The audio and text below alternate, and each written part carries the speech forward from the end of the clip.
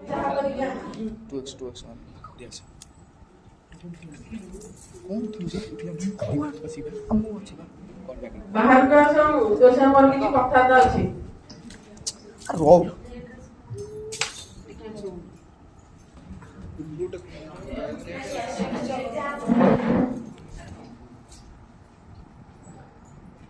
काली हमर नुआ मालिक आउसथि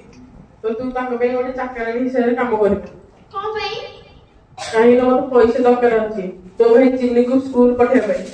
किंतु बाबा मोगे तो बाण मो भी स्कूल जिबा दरकार चिन्नी नहीं स्कूल जिबा तू गोटे सामान्य झियो तोर पाठ पढ़ा कोन हबो तोर तू ते चतुर्थ आसी तू बाहर आइ जियो तेले चिन्नी पाठ पढ़ले से गोटे चाकरी पाइबो अमु काली मो दिन सारा मालिक घर बिजी देबी तो से तू 9टा सी जी कहली तार घर सफा करियो पे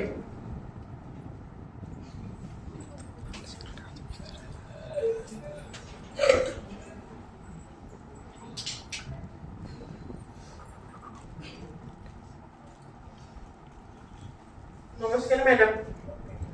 गण मना चलेपा मो झियो मु अपन पे काम करियो चाहूची ते आपण आसी पूरा अपन घर सफा कर देई मु आज तुमर साहाय्य दरकार कर नहीं हूं तमे खाली सकाळे आसीबो वर्तमान तुमे घर को जाओ तमे खाली सकाळ 9टा रे आसीबो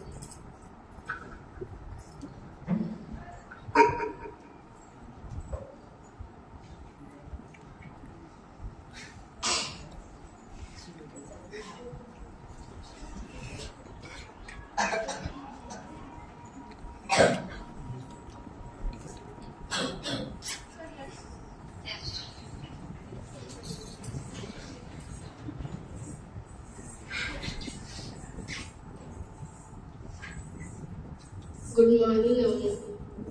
काम आरंभ करने पूर्व चा ग्लास टे आना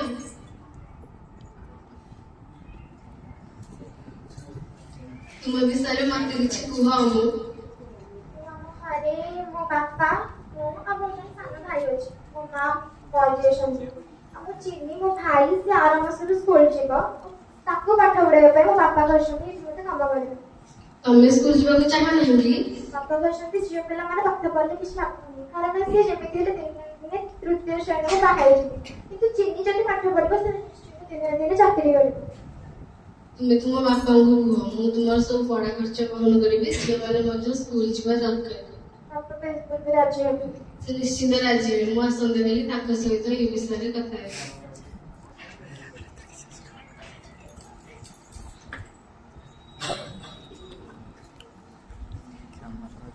उसी कैमरा जुनो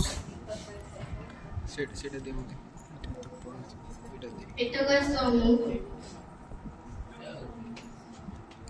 बैग एंड दिस 30%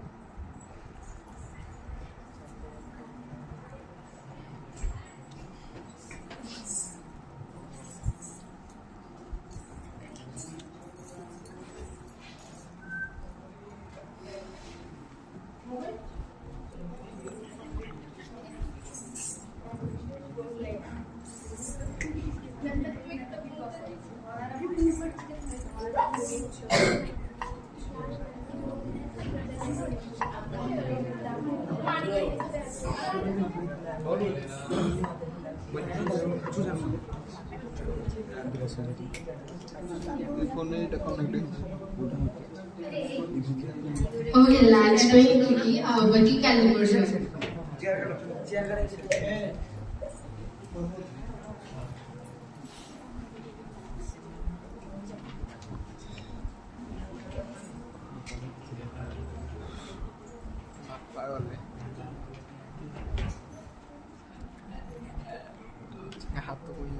बापा बाबा आज मो पाठ पढा सिखे मते मिसेस मोर कहछथि कि सिमाने काली ठू बबुला में पाठ पढबा सिमो सब तक पढा खर्च कम ओदारे बोला आज तू पाठ पढिबो झियो माने पाठ पढिबा दरकार ଏବଂ ତାଙ୍କ ବାପା ମା ତାଙ୍କୁ ସହଯୋଗ କରିବା ଦରକାର ଯଦି ତାଙ୍କ ବାପା ମା ତାଙ୍କୁ ସହଯୋଗ କରିବେ ତାହେଲେ ସମାଜ ଆଗକୁ ବଢି ପାରିବ ନାହିଁ